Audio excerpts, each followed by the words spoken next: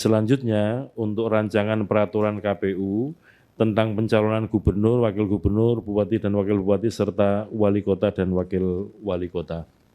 Mohon teman-teman operator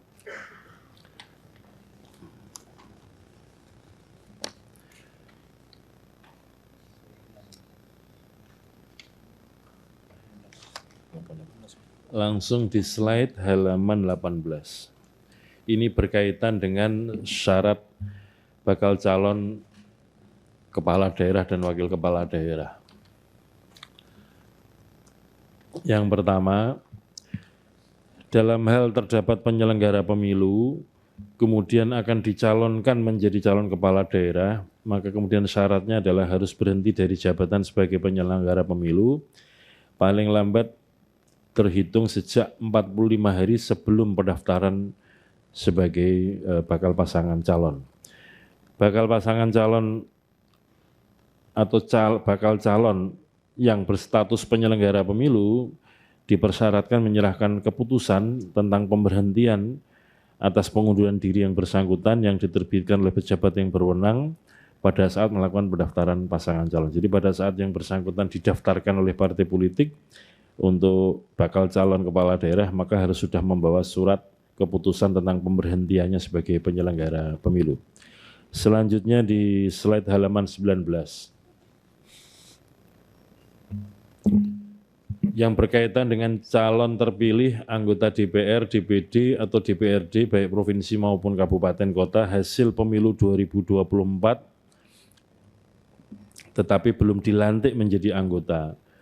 Pada dasarnya di Undang-Undang Pilkada menentukan bahwa kalau ada anggota DPR, DPD, atau DPRD provinsi dan kabupaten kota didaftarkan sebagai calon, maka yang bersangkutan harus mengundurkan diri dari jabatannya. Ini bagi anggota. Namun bagi calon terpilih yang belum dilantik, maka yang bersangkutan harus bersedia mengundurkan diri sebagai calon terpilih anggota DPR, DPD, atau DPRD yang berstatus sebagai calon terpilih anggota DPR, DPD, atau DPRD, tetapi belum dilantik. Jadi kalau belum dilantik, itu statusnya adalah sebagai calon terpilih. Maka apabila yang bersangkutan didaftarkan oleh partai politik sebagai calon atau bakal calon kepala daerah atau wakil kepala daerah, maka yang bersangkutan harus bersedia mengundurkan diri.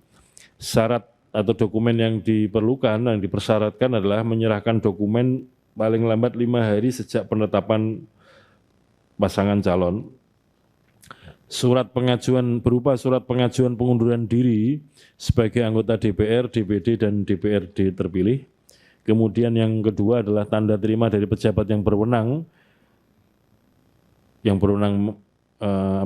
atas penyerahan surat pengajuan pengunduran diri tersebut. Kemudian yang ketiga, surat keterangan bahwa pengajuan pengunduran diri sebagaimana dimaksud sedang diproses oleh pejabat yang berwenang.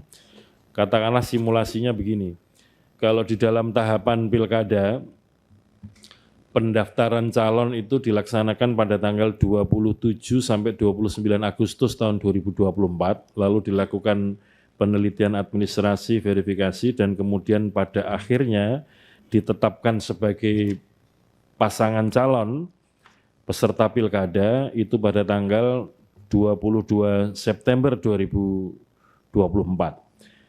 Untuk anggota DPR RI, DPD ini kan sebagaimana kita ketahui, bagi yang terpilih itu akan dilantik pada tanggal 1 Oktober 2024. Sehingga begitu yang bersangkutan ditetapkan oleh KPU provinsi atau kabupaten kota sebagai calon atau pasangan calon peserta pilkada pada tanggal 22 September 2024, maka yang bersangkutan harus segera mengajukan surat pengunduran diri sebagai calon terpilih. Jadi supaya jelas jalur yang akan ditempuh, apakah menjadi calon kepala daerah atau menjadi anggota DPR atau DPD. Kurang lebih simulasinya demikian.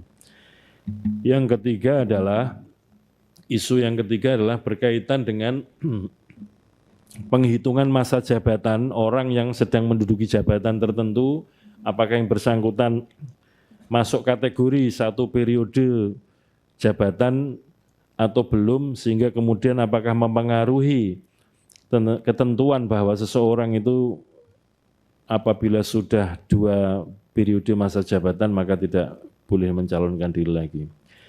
Jadi syarat belum pernah menjabat sebagai gubernur, wakil gubernur, bupati, wakil bupati, wali kota dan wakil wali kota selama 2 kali masa jabatan dalam jabatan yang sama itu ditentukan sebagai berikut. Yang pertama, jabatan yang sama adalah jabatan gubernur dengan gubernur, jabatan wakil gubernur dengan wakil gubernur, jabatan bupati atau wali kota dengan jabatan bupati wali kota, dan jabatan wakil bupati atau wakil bupati dengan jabatan wakil bupati atau wakil wali kota. Yang kedua, masa jabatan yaitu selama 5 tahun penuh dan atau paling singkat selama 2,5 tahun. Jadi kalau 2,5 tahun sudah dihitung masuk kategori 1 periode masa jabatan. Yang ketiga, penghitungan masa jabatan terhitung sejak ditetapkan dalam keputusan mengenai pengangkatan dalam jabatan. Dan kemudian yang keempat adalah 2 kali masa jabatan dalam jabatan yang sama meliputi 1, telah 2 kali berturut-turut menduduki jabatan yang sama. Kemudian yang kedua, telah 2 kali dalam jabatan yang sama tapi tidak berturut-turut. Atau yang ketiga adalah 2 kali dalam jabatan yang sama, di daerah yang sama atau di daerah yang berbeda. Jadi misalkan ada pasangan kepala daerahnya katakanlah terkena masalah hukum, kemudian yang setelah statusnya sebagai terdakwa itu dinonaktifkan atau diberhentikan sementara, maka kemudian yang menjalankan tugas-tugas sebagai kepala daerah adalah wakil kepala daerah tersebut sebagai penjabat sementara atau pelaksana tugas. Maka begitu wakil kepala daerah itu menjalankan tugas sebagai bupati, itu sudah masuk hitungan bahwa yang bersangkutan pernah menduduki jabatan sebagai bupati atau kepala daerah.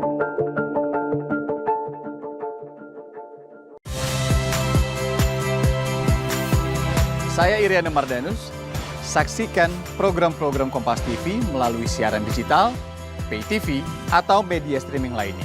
Kompas TV, independen, terpercaya.